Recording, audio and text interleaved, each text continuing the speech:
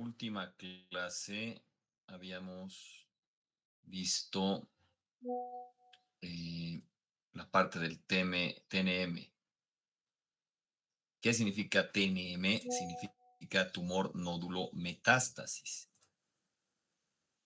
Y en realidad la estratificación del TNM, sea cual sea la que usemos, si es la clínica, la patológica o la que se usa post-mortem de autopsia, significa para dar un estadio, y ese estadio significa antes de la muerte, obviamente, cuando no es post-mortem, cuánto de posibilidad tiene de supervivencia a 5 años. Y habíamos dicho que T es tumor en relación al tamaño del tumor. N es cuántos ganglios linfáticos o cadenas ganglionares, primer, segundo, tercer nivel, están afectados, y M es de metástasis.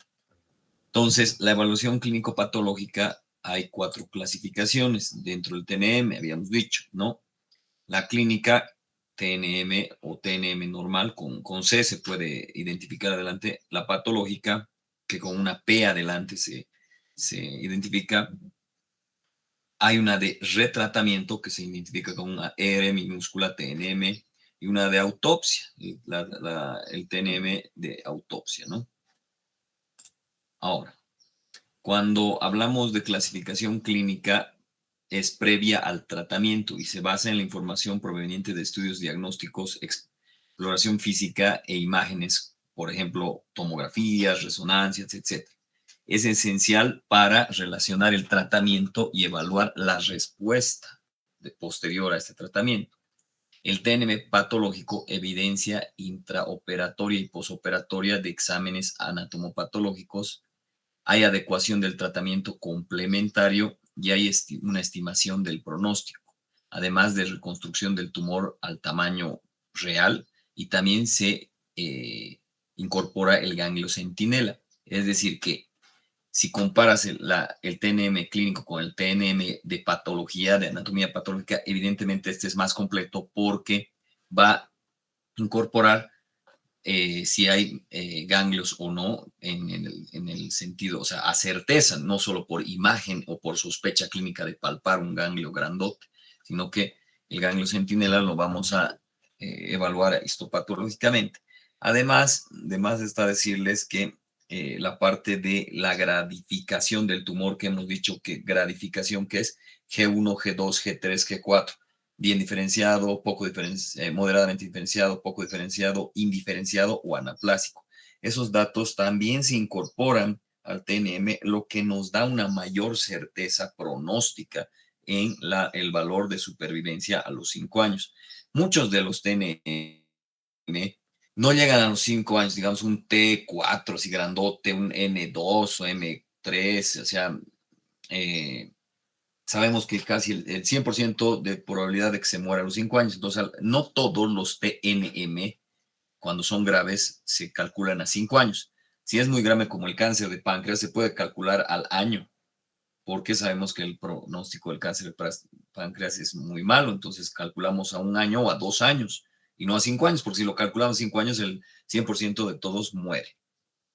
El TM de retratamiento, cuando hay una recidiva o un diagnóstico accidental de un tumor no conocido previamente durante la autopsia. Aquí debemos mencionar, y está, creo, en alguna pregunta de qué se trata la terapia. Tiene que ver esto con la terapia adyuvante y neoadyuvante, que tiene que ver con el cáncer, ¿ya? Entonces, eso va a estar presente en el examen probablemente en el final.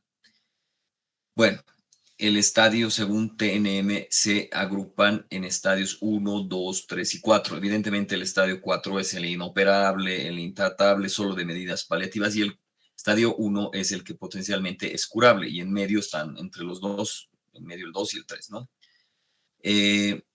Tenemos excepciones cuando ponemos PETIS. Ya hemos visto que el TNM, cuando ponemos PETIS, es in situ, ¿no? Y cuando el C es clínica N0 o ponemos N o M o TX, es que la X significa que no sabemos no tenemos ese dato, tanto del tamaño, en, cuántos ganglios o cuánto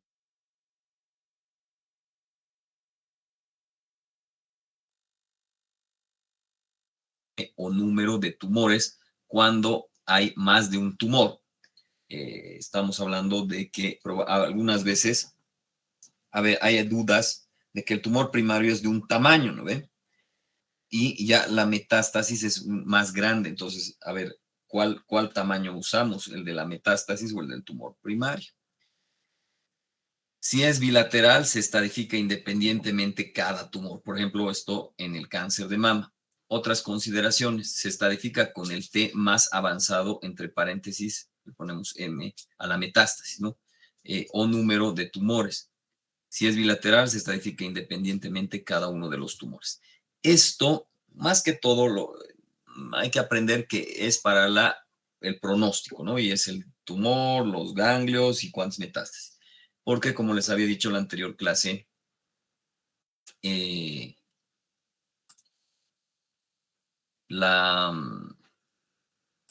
la idea es que cuando estén llevando patología especial, para cada tipo de órgano o cada tipo de tumor, digamos en mama, etcétera, van a tener un TNM específico, porque les había dicho que no puedo dar un tamaño específico de 1 centímetro T1, 2 centímetros T2, 3, sino que ese tamaño se lo da en función al tipo, al órgano y al tipo de tumor o neoplasia que está en ese órgano. Cuando hablamos de tumor de origen desconocido, es decir, que tenemos un tumor anaplásico, un G4 o un tumor extraterrestre que no sabemos, o sea, tomamos la biopsia de mediastino o de ovario, de donde sea, y no sabemos si realmente es de ahí o ha venido de otro lado, o sea, ha venido una metástasis. Entonces, eh, podemos gratificarlo como T0 también, ¿no? N1M0, una vez descartado el primario acorde con la diseminación ganglionar. Otras descripciones. Esto lo que ya les había mencionado. El G es del grado histológico que va del G1 al G4.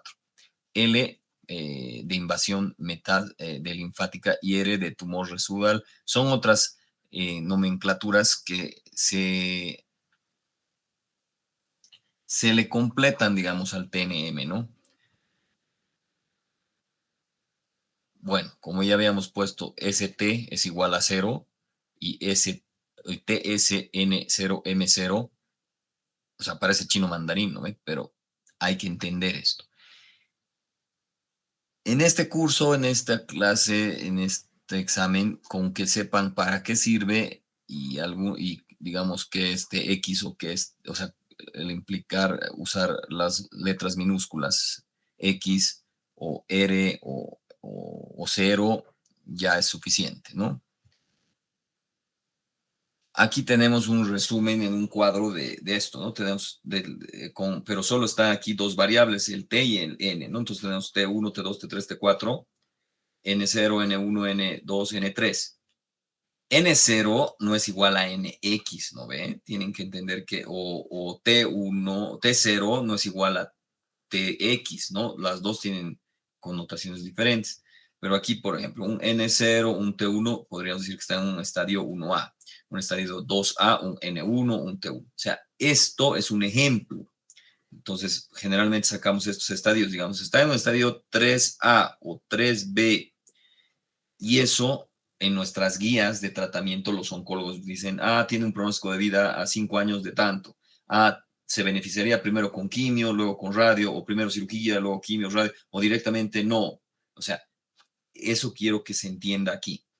Este es un ejemplo. Ahora, otro es donde, por ejemplo, están las M más, digamos, aquí está T1, T2, T3, T4, N0, N1, N2, N3 y M0, M1, ¿no? Entonces aquí estamos con un estadio 1, un estadio 2, con otro estadio 3 cuando tenemos N1, digamos, y T3, ¿no? Pero esto está más simplificado, ¿no? Miren, estadio 1, 2, 3, 4A, 4B, 4C. Como les digo, esto no es una constante, es un ejemplo, ¿no? Y en cada órgano, tejido y en cada tipo de tumor van a ver el próximo año que se aplica uno u otro. O sea, por ejemplo, esto es muy común y va a ser seguramente pregunta de examen el próximo año, en que sea calificado o gratificado el cáncer cervicouterino, ¿no? Donde es siempre pregunta de examen o es pregunta de, eh, de residencia, incluso médica, ¿no? Bueno, hasta ahí hubiéramos llegado con toda la parte teórica más simple de lo que es neoplasias. Antes de entrar al otro capítulo, que este capítulo es de enfermedades infecciosas, tenemos que entender y quiero hacer un repaso de cómo, digamos, va a ser hasta ya enfocadas estas clases teóricas y cómo va a ser el examen teórico. Ya llega, ¿no? Un poco tiempo, ya falta para el examen, en función a full razonamiento clínico. De todas maneras, yo creo que nos va a dar tiempo de una revisión más de cómo va a ser el examen la siguiente semana, eh, en la segunda clase, yo creo la clase del lunes, no, perdón, del lunes, porque todavía tenemos una clase el miércoles, ¿no? De esto y con eso yo creo que vamos a terminar las enfermedades infecciosas. Pero vamos a hacer como un simulacro también de cuál va a ser una pregunta, porque todos se van a paniquear, porque en el examen hay preguntas de elaboración de razonamiento clínico y además de respuestas que no son las usuales, como ustedes, o sea, del patrón de respuestas me refiero, no son las usuales como están acostumbrados a B o C o D o E así de selección múltiple, o A si es la 1, 2, 3, B si es la 1 y 3, C si es la 2 y 4, D si es solo la 4, E si es todas, no es así. Hay un patrón de respuesta que, por ejemplo, es entre el 0 y o sea, el menos 1, el menos 2, menos 1, 0, más 1, más 2, y eso se tiene que explicar para que luego en el examen teórico no estén ahí. ¿Qué ha pasado, Dios mío? Entonces, se va a dar esa chance, pero depende de ustedes, ¿no? Porque, o sea, si están presentes en esa clase para entender cómo va a ser el examen. Porque en el examen va a estar así ese tipo de preguntas, ¿ya? Entonces, razonamiento clínico, ¿qué es, no? Es la facultad que permite resolver problemas, extraer conclusiones y aprender de manera metacognitiva, consciente de los hechos, estableciendo conexiones causales y lógicas necesarias entre ellos. Una manera muy, muy bonita y pero un poco complicada de hacer esta disquisición y favorecer al razonamiento clínico hipotético deductivo. Siempre vamos a priorizar primeramente el método hipotético deductivo que el de patrón, porque sabemos que si todo te aprendes patrones de tratamiento o de diagnóstico, llega un paciente que no conoces o que nunca has visto un paciente con esa enfermedad, o de plano es una nueva enfermedad como ha sido el coronavirus y estamos en problemas, ¿no?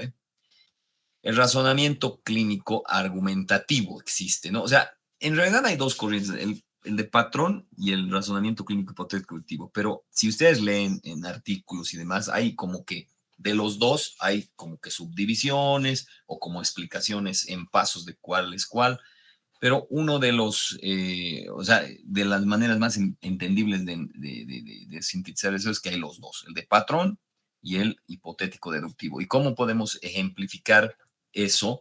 Si yo les digo paciente con dolor precordial difuso irradiado al brazo izquierdo, el paciente se presenta, es hipertenso, es diabético, es obeso, tiene 68 años de edad, al tiro van a decir infarto, ¿no ven? Pero eso lo han hecho como un método de patrón. Si yo les digo, no es un infarto, seguramente como ya han llevado varias clases de fisiopatología, me dirán, no, puede ser una angina, y les digo, no es angina, también un espasmo del esófago, tampoco les voy a decir qué es eso, una osteocondritis, tampoco, entonces intentan ustedes siempre por el patrón que han estudiado, que han visto, que han aprendido. Entonces, es ahí donde cuando no es ninguna de esas, del dolor precordial, entonces te obligo e inicia tu razonamiento clínico hipotético deductivo. Entonces, dentro de los razonamientos lógicos, no estamos hablando específicamente del método hipotético deductivo de patrón, pero dentro de un razonamiento en general, cuando hablas con el chat GPT o con las redes neurales, ahora no ve, las redes semánticas, las redes que del chat GPT se han basado pues en esto, ¿no? Entonces hay razonamientos deductivos, razonamientos inductivos y razonamientos abductivos, ¿sí? como, como, como si te abduciera un extraterrestre, ¿no? Pero básicamente, ¿qué es esto? Razonamiento deductivo estrictamente es lógico. El razonamiento inductivo, donde interviene la probabilidad o el cálculo probabilístico y la formulación de conjeturas. Ay, cabrón. Aquí se ha abierto un enlace. El razonamiento deductivo es cuando estamos seguros de que si las premisas son verdaderas, la conclusión también lo debería ser. La conclusión puede ser verdadera aunque haya premisas falsas. Aquí la falsedad de una premisa no invalida la conclusión y esa es una debilidad de este razonamiento, o sea, de la parte deductiva de un razonamiento. El razonamiento deductivo preserva la verdad, mientras que el razonamiento inductivo preserva la falsedad. El razonamiento deductivo generalmente va de la general a lo particular, o sea, de todo lo más grande a algo en específico, algo pequeño, de lo grande a lo pequeño. El razonamiento inductivo es al revés, es es por generalización y va de lo particular a lo general, es decir, de algo en específico a algo muy general. Entonces, como verán, los que han sido mis estudiantes de práctica, en el método que he desarrollado y que les he enseñado, en general está yendo del deductivo, no tanto así del inductivo, aunque a veces tenemos que ir hacia atrás otra vez para reevaluar, como han visto el examen práctico, y han tenido que reevaluar los datos e ir al revés. Entonces intentaban hacer de lo deductivo, iniciando un razonamiento deductivo y posteriormente retrocedían de una manera inductiva, ¿no? Entonces, no es excluyente un razonamiento del otro. Eso es lo que hace cualquier médico cuando realmente tiene un método de razonamiento clínico. Y es fácil, ¿no? Ahorita estamos preparando o sea, darse cuenta de esto, ¿no? Evaluación un trabajo de investigación, de evaluación del razonamiento clínico, pero a los que a los docentes de la Facultad de Medicina, a ver, porque si no sabes razonar clínicamente, o sea, solo por patrón, entonces, ¿qué es lo que vas a enseñar a los estudiantes? Puro patrón nomás, no hay otro. Pero va a ser un trabajo bien controversial, un trabajo que casi no van a querer ningún docente ser evaluado, no sé por qué. El que nada debe, nada teme, ¿no ve? Debería ser así la cosa. Entonces, no tendría por qué ningún docente sentirse amenazado o ninguna cosa así, simplemente acceder a la evaluación de cuánto de razonamiento clínico hipotético deductivo tiene, porque eso obviamente se va a vertir, se va a ver en su enseñanza a los estudiantes. A ver, aquí hay un ejemplo.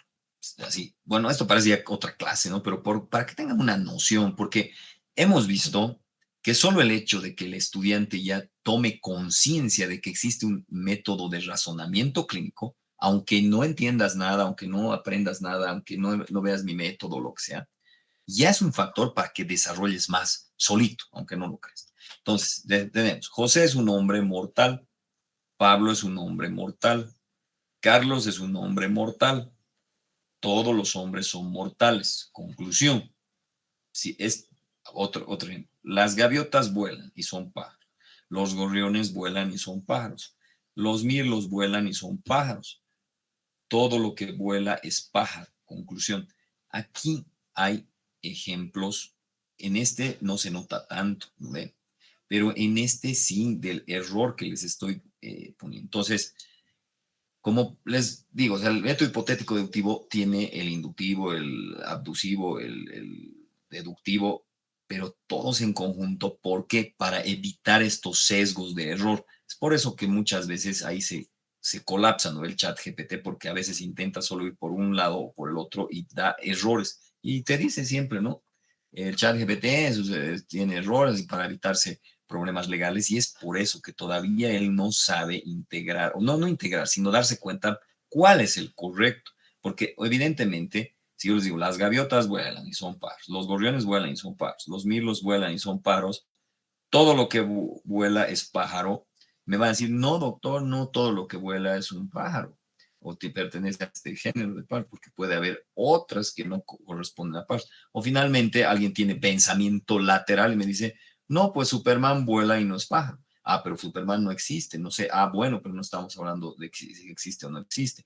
O también puede decir, un avión vuela, ¿no ve? Entonces, y un avión no es un pájaro. Entonces, esto es simplemente para que vean que estos sesgos, estos problemas de conclusiones son interesantes y aunque parecen tontos, cuando se aplica esto a un método de razonamiento clínico, se da. En este año he tenido un grupo de estudiantes muy, bueno, que al principio me ha hecho doler mi estómago, mi cabeza, pensé que me iban a, o sea, que me iba a jalar, pero al final, y como muchos han escrito en su frase sintetizadora de lo que les he hecho evaluar, dicen que el miedo es un potente, ¿cómo se dice? Eh, como un potente, ¿qué han puesto? A ver, motor o como que a veces el miedo funciona, alguna cosa así, ¿no? Entonces, pero eso ha sido lamentablemente motivación extrínseca. Pero sí, al final, grupos geniales, o sea, donde se estaba, o sea, era grato hablar con ellos porque parece que estoy hablando con ya médicos formados. Y esta vez no solo se las estoy contando, digamos, ¿no? O sea, porque he dicho y he decidido, lo voy a filmar y tenemos ciertos, no de todos van a disculpar, pero recién se me ocurrió después filmar, porque ha habido ricos pensamientos laterales, o sea, genial el asunto, o sea, y lo vamos a analizar por mucho tiempo, al menos yo, esos videos de cómo el estudiante estudia. No me estoy echando flores a mí como ser un docente y no sé, lo único que les he enseñado es que hay un razonamiento clínico que existe y además que tú solito puedes tener un aprendizaje autónomo y autorregular. Pero ahí sí se vienen estos sesgos, varias veces callejones sin salidas y demás, no obviamente con este ejemplo de las gaviotas vuelan y no, pero por ejemplo, con problemas como pacientes que tienen efectos paraneoplásicos o tumores de hipófisis o tumores, sarcomas, o sea, leiomiosarcomas, o sea, muy interesante hacer este examen, ¿no? Pero ahí va. Premisa uno, todos los hombres son mortales. Premisa 2, Sócrates es un hombre. Conclusión, Sócrates es mortal. No es que sean similares, es que formalmente son el mismo razonamiento. Ambos obedecen al esquema. A ver, aquí, premisa uno, todos los individuos u objetos que tienen la propiedad P tienen también la propiedad Q. Premisa 2, el individuo U, objeto X, tiene la propiedad P. Conclusión, el individuo U, objeto X, tiene la propiedad Q. Ya sé, se deben estar ahorita colapsando, dándose sus golpes de cabeza ya, pero en general, a ver, con esto, ¿qué vamos a ejemplificar? La lógica pura tampoco es la respuesta del razonamiento clínico, aunque no lo crean, ¿no? Entonces, por eso es que les he hecho la recomendación y estamos viendo cómo desarrollar el pensamiento lateral. Y de hecho, los nuevos modelos de inteligencia artificial se están entrenando en pensamiento lateral para que puedan hacer estas disquisiciones y sean más parecidos a un razonamiento eh, humano. Y en el caso de nosotros, más parecido a un razonamiento de un médico, ¿no? Bueno, aquí está la expresión, digamos, en foto, pero creo que esto ya es muy antiguo, del doctor House, ¿no? Que la serie era un tributo, yo creo, al razonamiento clínico hipotético deductivo, porque obviamente tenía que haber una causa, un efecto, una inducción, una abducción o una deducción en ese sentido, pero en la vida real, ojo con esto, algunas veces no funciona ni la lógica más pura en el diagnóstico de un paciente, pero tenemos que tener una base para que cuando nos enfrentemos con un paciente no nos quedemos en bolas, vamos a decir así, o sea, en cero, en una línea isoeléctrica, así como muerte, paro, así, etc. Entonces,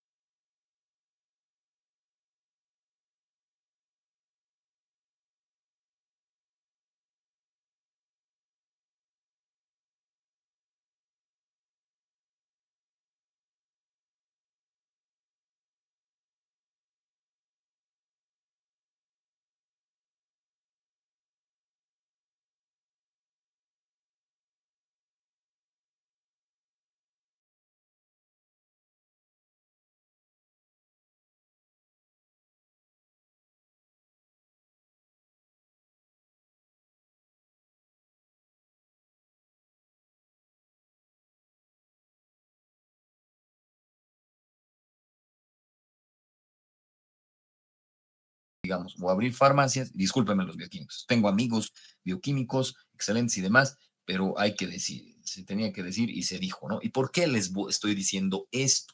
Por lo, justamente en este capítulo estamos entendiendo por qué, digamos que un bioquímico lo que hace es estudiar, por ejemplo, a ver, tomar sangre y demás, pero finalmente si, digamos, queremos hacer un examen de sangre para saber, digamos, el paciente tiene desvanecimientos, desmayos, está pálido, lo primero que nosotros vamos a preguntarnos es que si ese paciente está anémico, ¿no ve? ¿Y cómo vamos a comprobar si está anémico o no? A ver, ¿qué estudios le vamos a hacer? En cuanto pongo o sea, y se graba esto, o sea, pongo la imagen para preguntar y Abigail Gutiérrez abandonó la reunión, tal otro abandonó la reunión, abandonó. Si no saben, no saben, nomás ponen no sé. Hemograma, Ya, el hemograma, listo. El hemograma, digamos que nos sale con un hematocrito, digamos, con un hemoglobina, digamos, en cantidad normal, pero glóbulos rojos bajos. ¿Qué tipo de anemia, a qué tipo de anemia podría corresponder esto? Digamos, la hemoglobina en cantidad está normal, pero los glóbulos rojos en recuento están bajos. ¿A qué tipo de anemia se tratará? ¿De qué tipo de anemia se tratará? ¿O qué tipo de anemia conocen? Porque en fisiopato tal vez ya han visto, en fisiología también han debido hablar de esto. ¿Cómo es? A ver, analizaremos. ¿Por qué te podría dar anemia? ¿Qué causas de anemia podría haber? hemorragia. Ya, hemorragia. ¿Cómo esperarías, Loida, ver si digamos ha tenido hemorragia la paciente, cómo debería estar lógicamente el hemograma en relación a glóbulos rojos y hemoglobina, digamos? Los glóbulos rojos estarían disminuidos. ¿Y la hemoglobina? Eh, También. También, porque los glóbulos rojos salen afuera y dentro de los glóbulos rojos está la hemoglobina. Perfecto. Ahora, ¿cómo esperaríamos ver, por ejemplo, una anemia hemolítica? Causas de anemia hemolítica: uremia, autoinmune, también transfusiones, también la enfermedad, ¿cómo se llama? Se me ha ido ahorita. De transfusión, pues, no, o sea, cuando el bebé es otro RH, ¿alguien se acuerda? Se me ha ido. Hidropesia fetal, creo que era. No, no, no. ¿Cómo se llama? Eritroblastosis fetal. Eritroblastosis fetal, exacto. Ya. ¿Cómo debería ser en ese tipo de anemias, así, si sacamos el examen de sangre? O sea, solo glóbulos rojos y número de glóbulos rojos y hemoglobina, digamos. ¿Cómo debería ser en una anemia hemolítica? El número de recuento de glóbulos rojos, ¿normal o bajo? Bajo. Bajo. ¿Y la cantidad de hemoglobina libre? Bajo Bajo. también. Sí, ¿dónde se ha perdido, pero? ¿Dónde se está perdiendo esa hemoglobina? ¿Por dónde se está perdiendo? Si simplemente se ha roto el glóbulo rojo, disminución. Normal. Sí, puede ser. También, y eso que ahorita ni siquiera le estamos poniendo el volumen corpuscular medio, ¿no? El tamaño del glóbulo rojo, la forma, nada, porque solo estamos entre número de glóbulos rojos y cantidad de hemoglobina. Pero ahorita ustedes, con sus conocimientos de fisiología, de fisiopatología, etcétera, y la lógica, más o menos ustedes me pueden decir hacia dónde va ese tipo de anemia. Por ejemplo, una anemia ferropénica, ¿cómo se va a ver en el resultado de laboratorio? En número de glóbulos rojos y hemoglobina. ¿Cuál sería la lógica?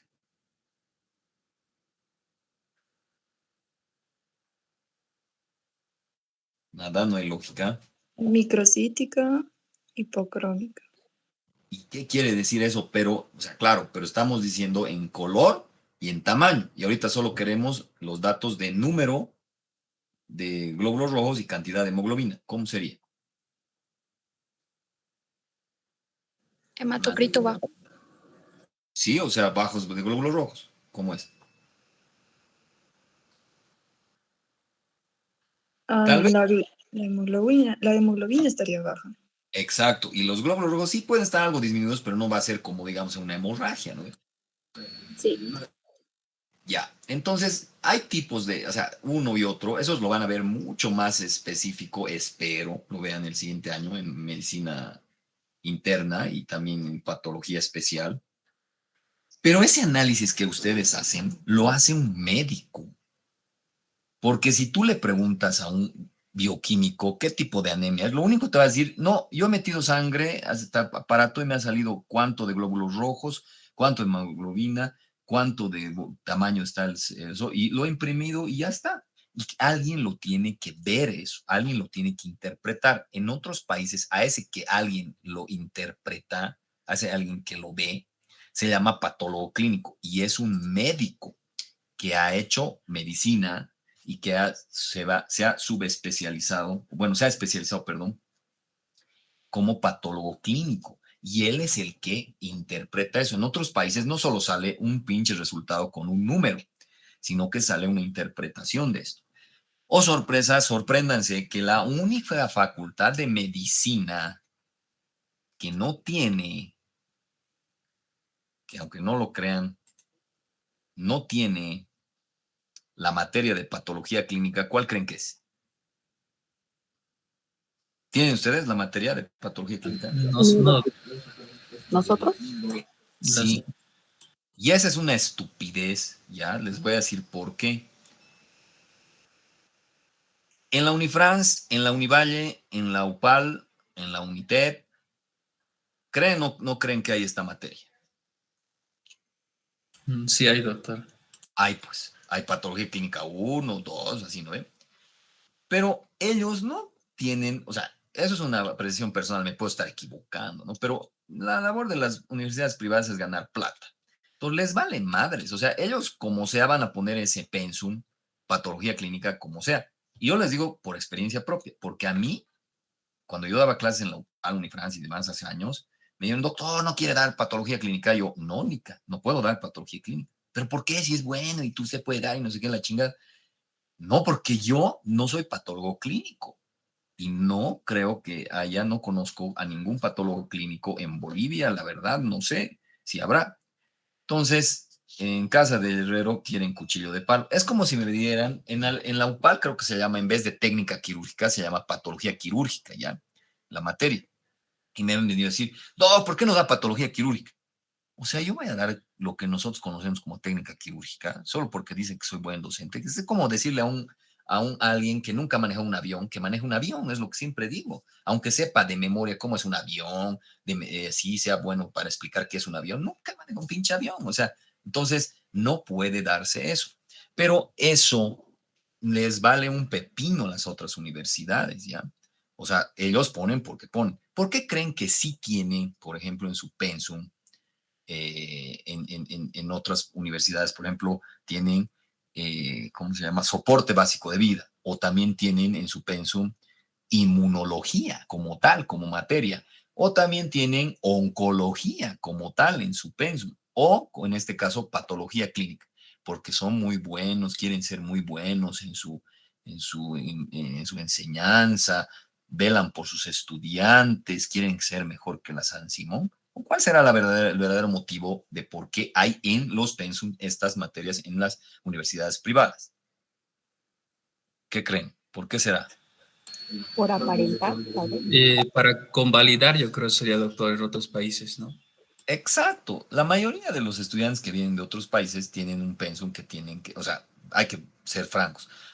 Últimamente no estaban viniendo brasileros porque era caro para ellos, pero ahora como se ha ido a la miércoles nuestro dólar, me empezaba a venir un montón otra vez, ¿no?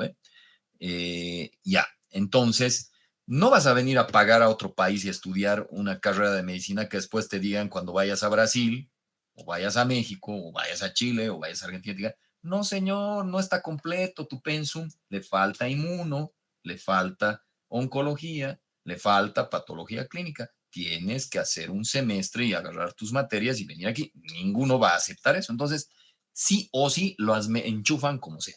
Esto yo lo estoy alertando hace 14 años, por si acaso, en nuestra Facultad de Medicina, a cada decano y demás. Y promesas de campaña siempre son, no, sí vamos a poner. Con eso no quiere decir que les sobrecarguemos a ustedes, ¿no? Porque más materias todavía encima, cama adentro, ¿no? Estudiar, o sea, ¿cuándo pueden estudiar si todo el día están en la Facultad de Medicina y encima escuchando lectura de solo diapositivas, sin ningún aprendizaje significativo, ni modo? Y entonces, meterles más materias es complicado, pero podríamos adecuar algunas materias para que entren el pensum y demás y no tengan problemas. Yo he tenido problemas al revalidar mi título en Brasil. También. Entonces, no deberías, o sea, ¿a cuál es más fácil entrar? ¿A la Univalle o a la San Simón, a la Facultad de Medicina? ¿Cuál es más fácil? Más fácil la Univalle. Sí, más fácil. ¿A cuál puedes entrar así fácilmente, sin ningún show? Claro, ustedes han pasado por un prope, por esto, por el otro.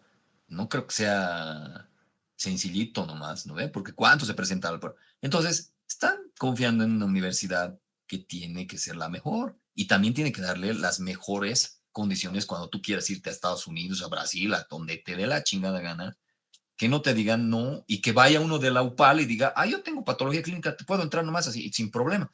Y nos preguntamos, ¿quién daba la materia de patología clínica en la UPAL? Cualquier persona, que ni siquiera era médico especialista, y me consta. Así les digo, yo sé. Entonces le dicen, ¿quieres dar patología clínica? Aquí está el libro, es bonito, lo lees y lo entiendes y lo das. Ya, dicen. Entonces, es como digan, ¿quieres dar lecciones de vuelo?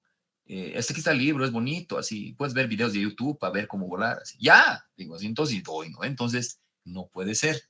Tenemos que tomar medidas, tampoco así de que quien sea de las materias en nuestra facultad de medicina, porque es prestigiosa en nuestra universidad, quien las da, pero tampoco dejarlos en desventaja en ese sentido. Otro problema que he detectado es que los promedios son muy bajos en nuestra facultad de medicina. Y obviamente en la UPAL, en la Unifrancia y demás, por lo bajo te ponen 80 de promedio, al más güey. ¿Cuánto es el promedio? ¿Quién es el mejor alumno de su curso? Nunca sabí. ¿Quién será? ¿Alguien sabe? ¿De tercero alguien sabrá? ¿Quién será el mejor alumno? Nada, ni idea. ¿Quién es un buen alumno entonces que conozcan así? Tampoco quieren mencionar cómo es. Ya. ¿Cuánto tendrá de promedio el mejor estudiante de tercer año? Dice, el mejor estudiante de tercer año de la carrera de medicina. Promedio creo que es algo de 70. Sí, debe ser algo por ahí de 74. Con el internado, digamos, el mejor alumno va a mejorar, tal vez va a subir, porque le vamos a poner 100, 100, 100 en internado. Capaz llega a 80, que es el más güey de la Univalle, porque al más güey le ponen 80. Y al que es regular le ponen 90. Y al que es el mejor, sin asco, le ponen 99 o 100. Así. O sea, entonces, ¿cómo es posible que nosotros les demos esos promedios a nuestros estudiantes para que estén en desventaja cuando vayan a otro país o a revalidar sus títulos? Es mi pregunta del millón que cada año me la hago y nadie me la sabe responder y nadie la soluciona hasta la fecha. Pero ni modo. Pero guagua que no llora, no mama, ¿no? Entonces tienen que ver esas situaciones, porque ahorita parece lejos, ¿no? No, estoy en tercero, pero estás en tercero final, cuarto, quinto internado nomás ya, y después tienes que pensar qué va a ser de tu vida, y vas a tener estos problemas que te los estoy alertando yo, y si no me crees, pregúntale a todos mis ex estudiantes que ya son especialistas y demás, porque tengo 14 años dando clases en la universidad, en la San Simón. Bueno, ya yendo, me voy por la rama, ¿no? Pero tenemos un patólogo clínico que es el que es médico y debería interpretar esto, porque un bioquímico lo único que te va a decir es, ¿qué tipo de anemia? No sé, pues aquí está el resultado, glóbulos rojos, glóbulos blancos, hemoglobina, tanto y demás, no te lo va a poder interpretar. En nosotros países, la patología, el patólogo en Estados Unidos es patólogo clínico y a la vez patólogo quirúrgico, pero en México o en otros países se divide y son 3 años de patología clínica, patología quirúrgica y son diferentes, digamos, o sea, como que dos cosas diferentes. ¿Por qué? Porque Siempre pongo ese ejemplo. Muchas veces me ha pasado. Algunas veces estaban los estudiantes aquí, cuando vienen aquí y les muestro el laboratorio de patología y todos están ahí, como que algunos no se dan cuenta y están con formol y empiezan a alucinar y luego, ¡pum!, se desmayan y no tienen idea. Este año, por suerte, no ha pasado eso, pero muchas veces me pasa. Por ahí no ha comido, está cansado y con el formol más, ¡pum!, como mosca cae. Pero alguna vez ha empezado a convulsionar el paciente, o sea, el estudiante. Si digamos, un ejemplo, vas, porque cerquita del laboratorio de patología está la toma de muestra de patología clínica, lo que nosotros llamamos laboratorio aquí. Digamos que le toma el bioquímico sangre, ¿no ve? Que es lo usual, ¿no ve? Que le pincha y ya saca. Y empieza a convulsionar el paciente. ¿Qué haría el bioquímico ante esta situación de convulsión del paciente? ¿Qué haría? ¿Cómo es? ¿Qué creen que haría? En su pensum en la materia tiene soporte básico, tiene clínico, tiene semio, el bioquímico. ¿Será? ¿No será? ¿Cómo es? No, Ya. Entonces, ¿puede hacer algo cuando esté convulsionado el paciente? O sea, de que puede, pero dentro de sus estudios y demás, ¿será que lo han preparado en la facultad de bioquímica para esto? no. No. Para nada. Y no hay que recriminarle ni nada. Pero ¿quién sí podría hacer algo ante esta convulsión y este problema?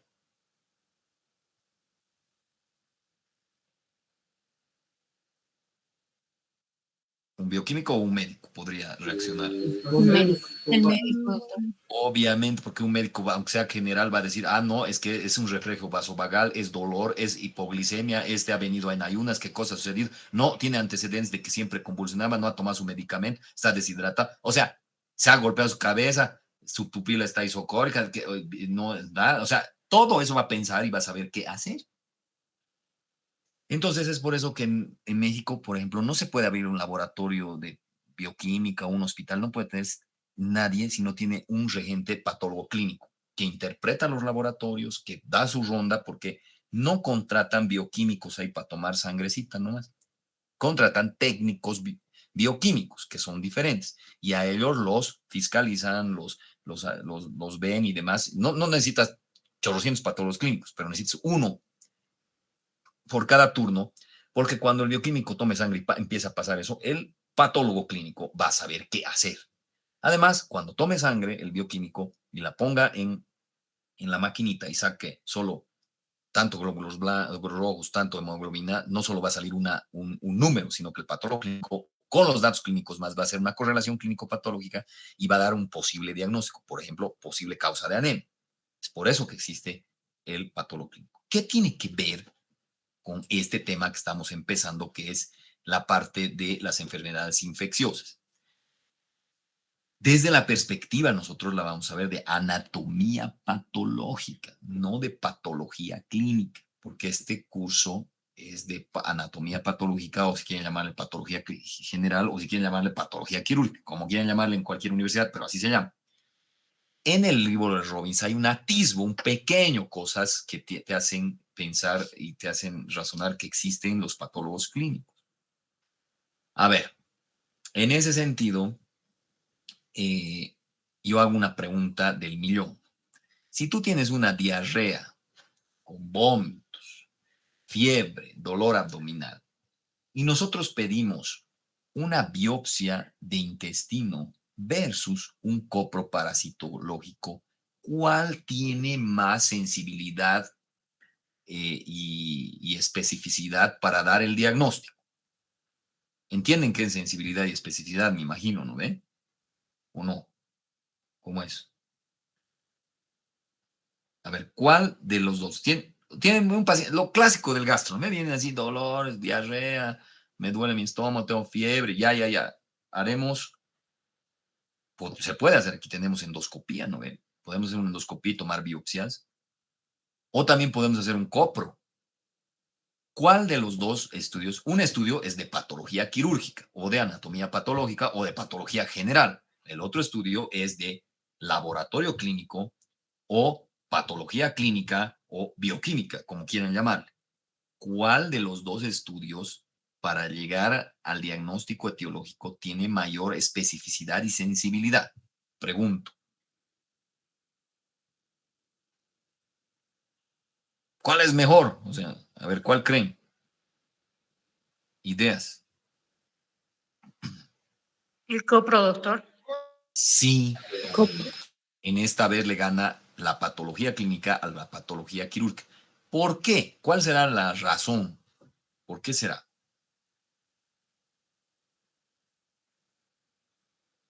¿Cómo es? ¿Por qué será? ¿Por qué el copro le gana a la biopsia? Está bien, pero ¿por qué será? Porque el daño no está en el tejido, doctor.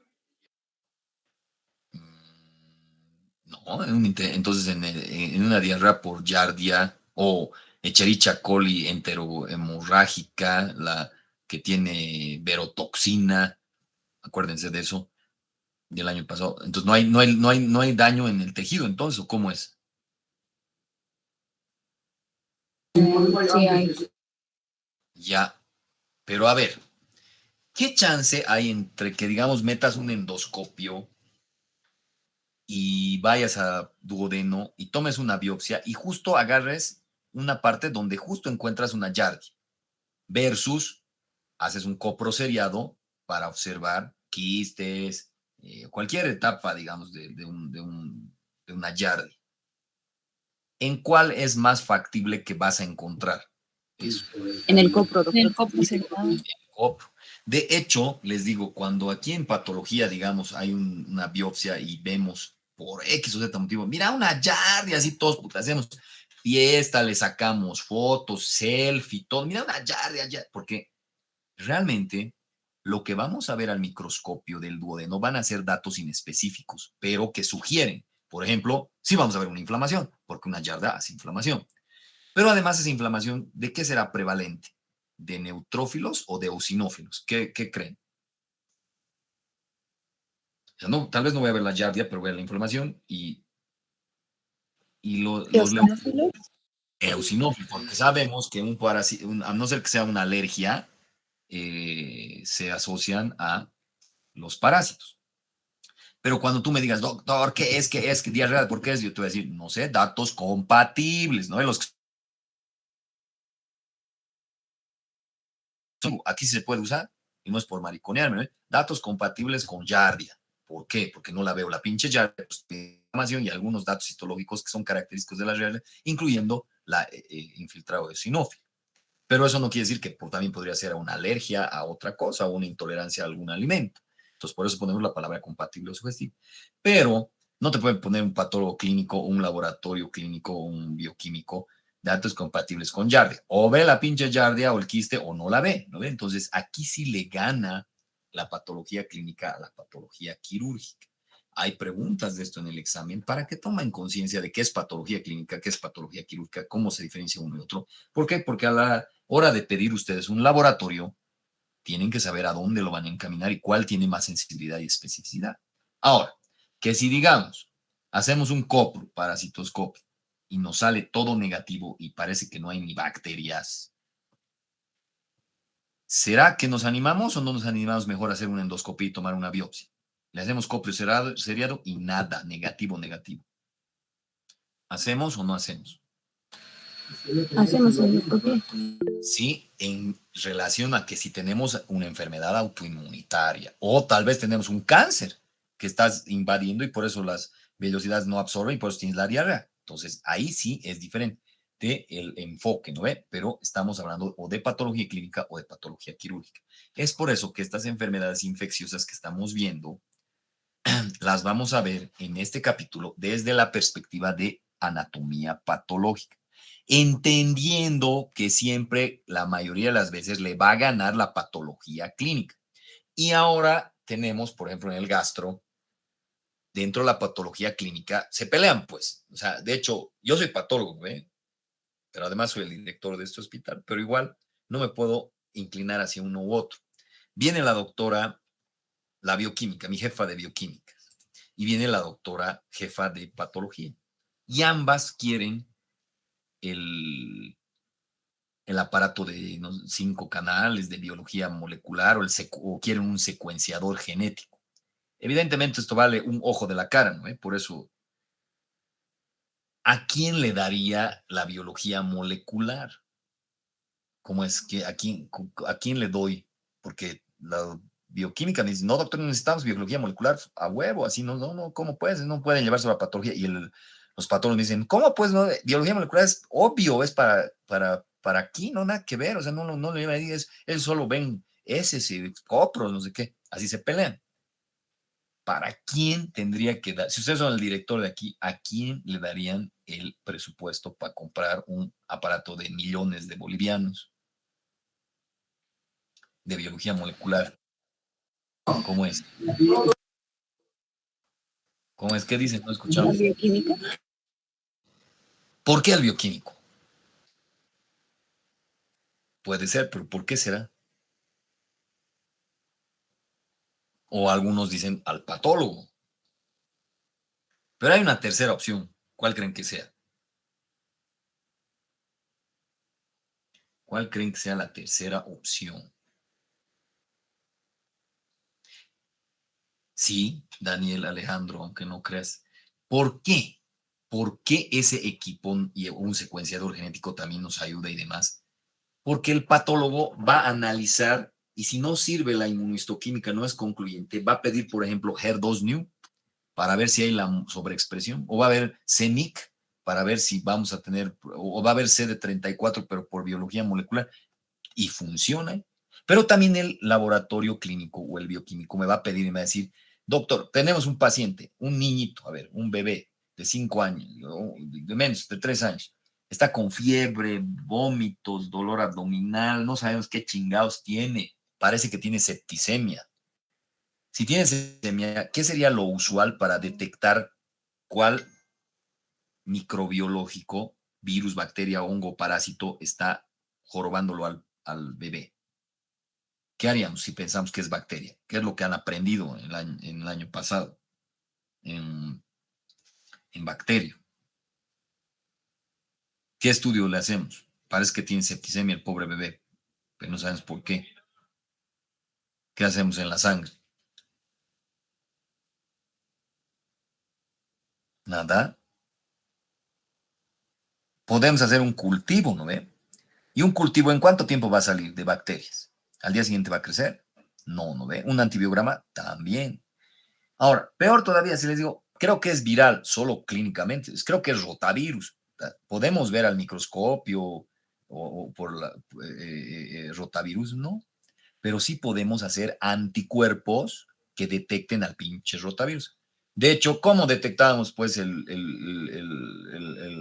coronavirus? No lo vemos al microscopio ni madres, por una reacción antígeno-anticuerpo.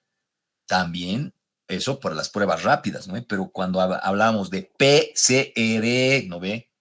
Se han hecho tantos PCRs confirmatorios. Claro, a todos por lo barato hacíamos así más primero el antígeno, el hisopado de antígeno. Pero el PCR lo mismo, te metían hasta tu cerebro el hisopado, pero el PCR te sacaba si hay la secuencia genética del virus, sí o no. Entonces, como ni modo, no es así que les doy a uno o al otro. Ese equipo puede funcionar para patología clínica y para patología quirúrgica. Es más, si vale tan caro, no vas a comprar dos o no le vas a ir al sorteo y el que tenga más importancia porque es cáncer le damos a patología. No, los dos pueden utilizar ese equipo de biología molecular, tanto los patólogos clínicos como los patólogos quirúrgicos. De hecho, está más difundido, más utilizado eh, un secuenciador o un PCR por el patólogo clínico. Si nosotros no sabemos qué tiene ese paciente, hasta esperar el cultivo de una sangre con septicemia, se puede morir. Pero cuando nos hacemos paneles de primers, así se llaman, de secuencias conocidas para detectar si hay o no presencia de virus, bacterias, hongos o parásitos, podemos tener el panel en horas y saber qué pinche virus, bacteria, hongo, parásito tiene. De hecho, nosotros tenemos PCR. Antiguo, a ver, ¿cómo se diagnostica la tuberculosis? ¿Quién sabe? ¿Qué han aprendido? ¿Cómo diagnostican tuberculosis? Nada, ni idea. Ya tos, expectoración, fiebre y demás. Pero ¿cómo es, John? ¿Qué dice? ¿Cómo se diagnostica? ¿Una vaciloscopía seriada, doctor? Sí, ahí escupe, pero el paciente a veces ni sabe sacar de los pulmones, no sale tantos días, no sé qué. Nosotros por PCR podríamos saber en horas. ¿Por qué? Porque podemos detectar si hay antígenos de tuberculosis en la sangre. Y actualmente, aunque el año pasado les han engañado, todos los diagnósticos por ahora microbiología, o sea, laboratorio clínico, nosotros, bueno, al menos en el gastro que tenemos la tecnología, ya no estamos haciendo cultivits, sino por PCR detectamos si existe o no antígenos de tal virus y punto. Así nomás. Entonces, ya con esta introducción gigantesca y ni siquiera hemos empezado ni una diapositiva, estamos entendiendo que de esa forma nosotros vamos a estudiar este capítulo de las enfermedades infecciosas desde la perspectiva de anatomía patológica y no así de patología clínica, porque ni la materia tenemos, lamentablemente, pero ni modo.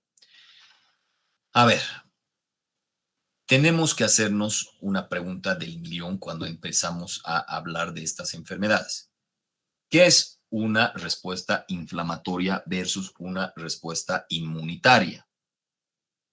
Eso es una cosa muy importante, porque como ya hemos visto el capítulo de inmunidad, esto tiene que ver con el capítulo de inmunidad, pero también tiene que ver con el capítulo de inflamación, pero parece que nos podríamos cantinflanear y mezclar todo en uno y no es así. Una cosa es la respuesta inflamatoria, una cosa es la respuesta inmunitaria y otra cosa es la infección que puede desencadenar una respuesta inmunitaria y a la vez una respuesta inflamatoria. Entonces, para la siguiente clase, los que quieren revisan qué diferencia hay entre respuesta inmunitaria y respuesta inflamatoria y lo discutimos. Si no, igual puede ser pregunta de examen y se chingan, ¿no? Entonces, depende de ustedes si quieren discutir eso. Entonces, tenemos que nomás entender que una respuesta inflamatoria aguda, como ya habíamos hablado, es inespecífica y parte de la innata. Eso ya lo hemos discutido hace semanas, nunca meses, creo, al principio de las clases, conmigo teóricas. Y una específica, podemos hablar de una respuesta inmunitaria celular o humoral. Bueno, cuando nosotros tenemos infecciones, podemos tener una diseminación local, donde puede haber destrucción local de tejidos, y esto podría deberse a exotoxinas. ¿De quién estamos hablando aquí? De bacterias. O también podría ser una diseminación difusa, no local, y generalmente se va por la parte linfática. Y los que nos hacen el favor a veces, si no estudian la patogenia de la tuberculosis, es, por ejemplo, el macrófago, que si bien por un lado nos defiende, es parte de la respuesta inflamatoria, el sistema inmunitario, en específico, etcétera, pero puede llevar, y esto puede llevarlo a los ganglios linfáticos, y cuando los lleva a los ganglios linfáticos, la manera clínica que nosotros detectamos, ya lo han visto por semiología, es encontrar una adenomegalia, que por cierto puede ser que haya esa pregunta. ¿A qué le llamamos nosotros adenomegalia? ¿Qué será una adenomegalia? Y su nombre dice adenomegalia, ¿no? ¿Qué será? ¿Qué han estudiado? Perdón. ¿Qué dice que es? ¿Qué será una adenomegalia?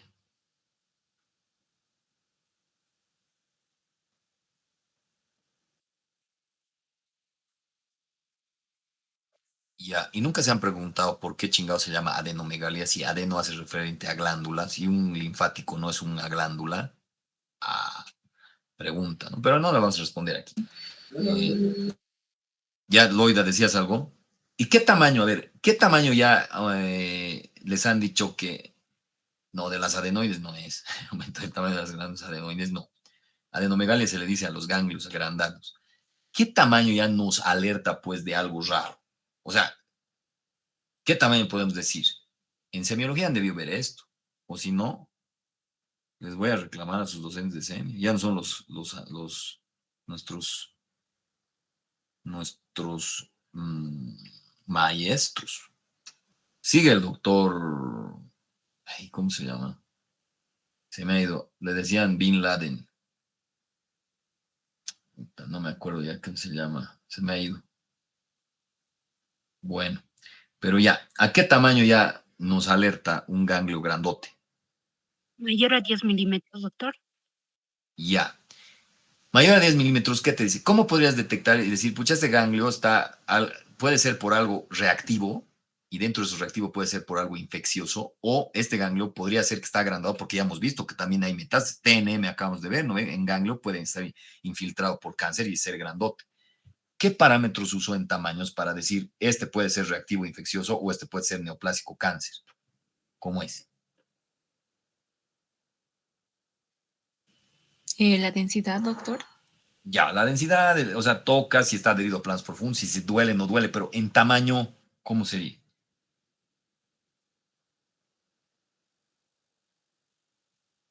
Ya, para que la vean, le preguntan a su docente de semio y si no, cuélguenlo, porque eso sí está en semio, en su libro, aunque no lo crean. Bueno, tenemos adenomegalias y esas adenomegalias son importantes que nosotros descubramos si puede ser por una simple hiperplasia, si puede ser por una infección con una respuesta inflamatoria aguda o puede ser lo que se estaba mencionando, una metástasis, porque principalmente cuando tenemos una enfermedad infecciosa, semiológicamente cadenas ganglionares específicas, tamaños, si es bilateral o no, nos indican, nos encaminan a un razonamiento clínico para llegar a la etiología de la enfermedad infecciosa, ¿no? Cuando hablamos de la diseminación linfática.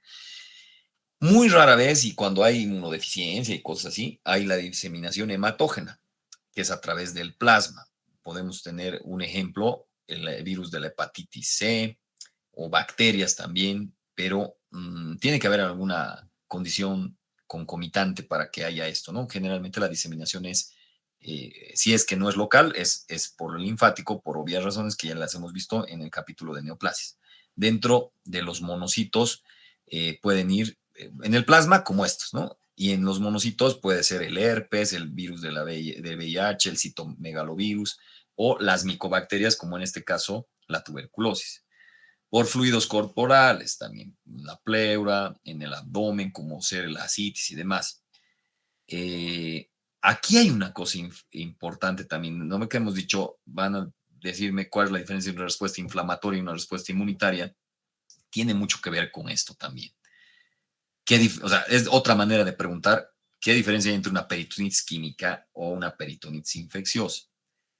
¿Para qué digo esto? ¿La única causa de inflamación será una infecciosa? La respuesta es no. Si yo me doy un golpe en mi ojo, voy a tener dolor, calor, rubor, tumor y con antibióticos no me voy a curar porque se ha hinchado mi ojo. Me han dado un golpe en mi ojo y ya. Entonces, eso tiene que ver también con esa pregunta metacognitiva. Entonces, ¿peritonitis química será igual a peritonitis infecciosa? No, porque no es la única causa de inflamación, la etiológica, una enfermedad infecciosa. Puede haber diseminación neural, ustedes ya han visto eso el año pasado, por ejemplo, ¿dónde se da la diseminación neural? Con el virus de la rabia, la varicela y también el herpes, ¿no? Diferencias entre viremia y bacteremia, algo que así como sinónimo lo dicen así en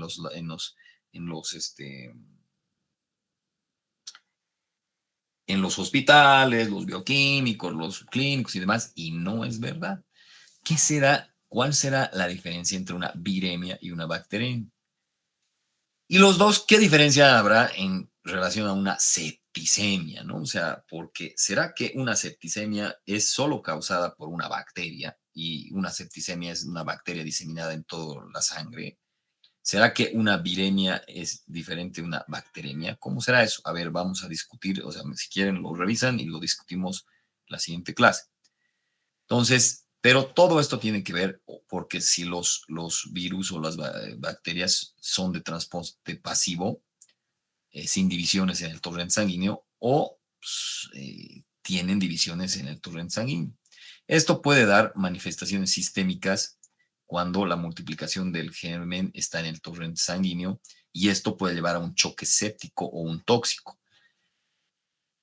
O sea, una septicemia evidentemente puede llegar a un choque y el choque, ustedes ya saben, han visto en capítulos anteriores, es el estado de hipoperfusión generalizado y por X o Z motivo, puede ser shock séptico, choque hipovolémico, choque cardiogénico, choque anafiláctico, choque neurogénico, etcétera, ¿no? Pero todos tienen en común un estado de hipoperfusión generalizada y en este caso se da porque hay un secuestro de líquido, no es que esté saliendo sangre a otro lado, porque cuando hay una septicemia hay una respuesta inflamatoria sistémica y en la respuesta inflamatoria sistémica se liberan mediadores químicos que dan lo principal, vasodilatación, ¿no?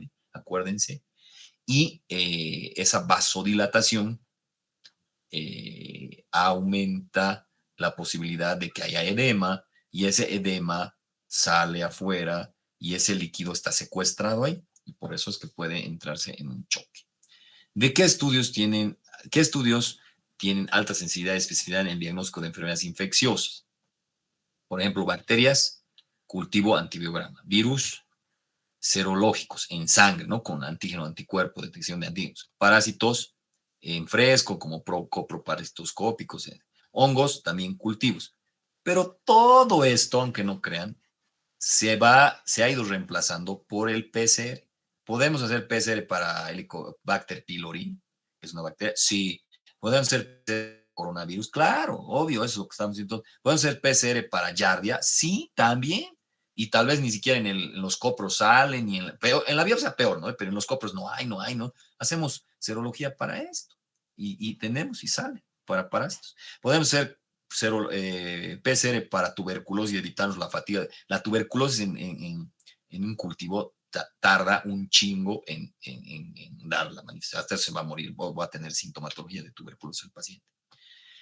Bueno, cuando tenemos infecciones bacterianas, o otras infecciones, nosotros hemos visto, cuando hemos visto el método de razonamiento clínico, que es importante determinar de una manera clara, concisa, precisa, maciza, qué es una etiología, qué es una patogenia, qué es una fisiopatología, qué es anatomía patológica y qué tiene que ver con las anteriores y que no es lo mismo que una patogenia o una fisiopatología y qué ahora para mis estudiantes de práctica, porque todas se las saben de memoria, ¿no? Mis estudiantes de práctica, teología, patología, ¿qué me lleva a eso, ¿no? El esquema.